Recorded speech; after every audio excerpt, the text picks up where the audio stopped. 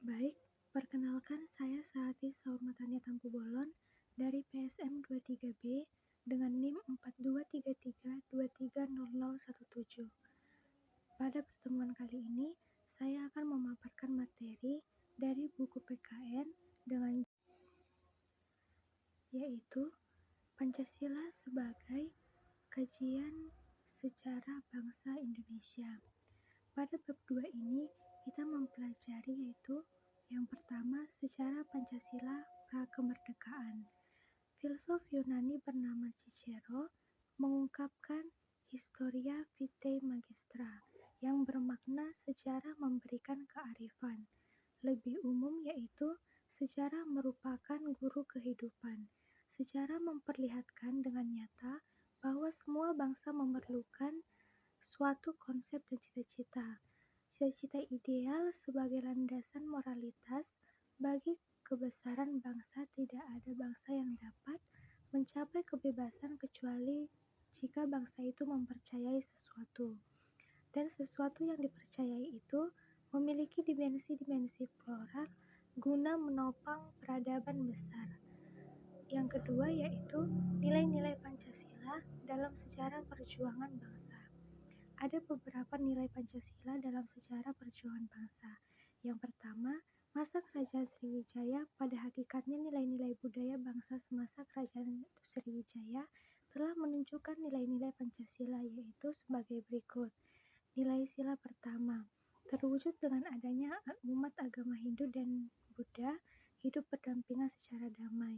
Pada Kerajaan Sriwijaya dapat pusat kegiatan pembinaan dan pengembangan agama Buddha. Nilai sila kedua, terjalinnya hubungan antara Sriwijaya dan India, pengiriman para pelajar untuk belajar di India. Telah tumbuh nilai-nilai politik luar negeri yang bebas dan aktif. Nilai sila ketiga, sebagai negara maritim, Sriwijaya telah menerapkan konsep negara kepulauan sesuai dengan konsepsi wawasan Nusantara. Nilai sila keempat, Sriwijaya telah memiliki kedaulatan yang sangat luas meliputi Indonesia, Siam, dan Semenanjung Melayu. Nilai sila kelima, Sriwijaya menjadi pusat pelayanan dan perdagangan sehingga kehidupan rakyatnya sangat makmur. Yang kedua, masa Kerajaan Majapahit, pengalaman sila ketuhanan yang Maha Esa telah terbukti pada waktu Hindu dan Buddha hidup berdampingan secara damai. Sila kemanusiaan telah terwujud, yaitu hubungan Raja Hayam Wuruk dengan baik Kerajaan Tiongkok, Ayodhya, Champa, dan Kamboja. Perwujudan nilai-nilai persatuan Indonesia telah terwujud dengan keutuhan kerajaan, khususnya Sumpah Palapa. Sila kerakyatan atau keempat sebagai nilai-nilai musyawarah dan mufakat juga telah dilakukan oleh sistem pemerintahan Kerajaan Majapahit.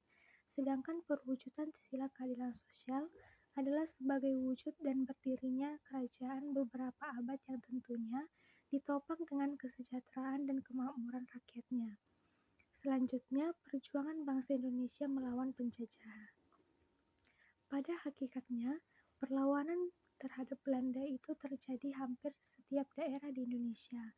Akan tetapi, perlawanan secara fisik terjadi secara sendiri-sendiri di setiap daerah. Tidak adanya persatuan serta koordinasi dalam melakukan perlawanan sehingga tidak berhasilnya bangsa Indonesia mengusir penjajah, bahkan malah semakin memperkukuh kedudukan penjajah. Hal ini membuktikan pentingnya rasa persatuan atau rasa nasionalisme dalam melawan penjajah. Selanjutnya, sejarah Pancasila pasca kemerdekaan. Dinamika Pancasila di awal kemerdekaan. Pada awal masa kemerdekaan, tidak banyak lagi pembicaraan mengenai Pancasila.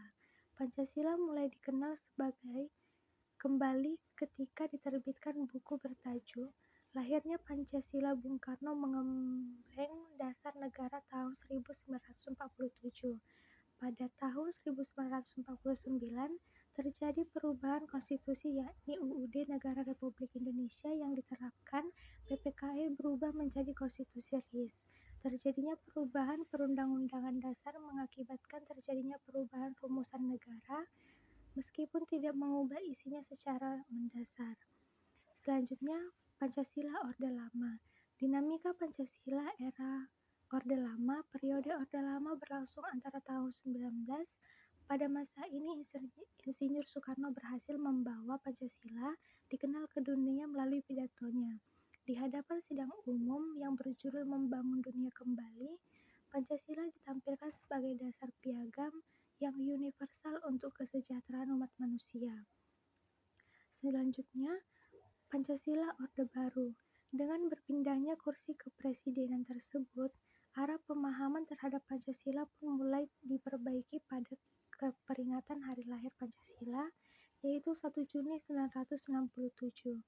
Begitu kuatnya Pancasila digunakan sebagai dasar negara, maka pada 1 Juni 1968, Presiden Soekarno mengatakan bahwa Pancasila sebagai pegangan hidup bangsa akan membuat bangsa Indonesia tidak lemah, bahkan jika ada pihak-pihak tertentu mau mengantik. Berubah menjadi dan menyimpang dari Pancasila pasti digagalkan.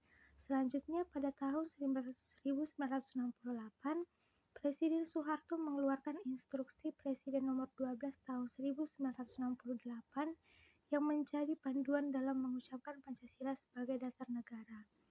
Yang terakhir, Pancasila di era reformasi. Dinamika Pancasila pada era reformasi lahir dengan semangat menghapuskan pengalaman-pengalaman buruk penyelenggaraan pemerintah sebelumnya. Di awal reformasi, Pancasila telah dilupakan banyak orang.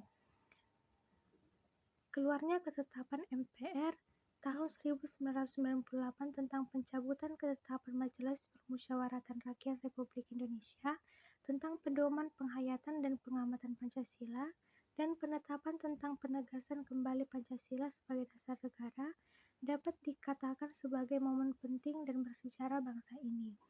Era reformasi ternyata tidak alergi dengan Pancasila. Baik, cukup sekian materi yang bisa sampaikan.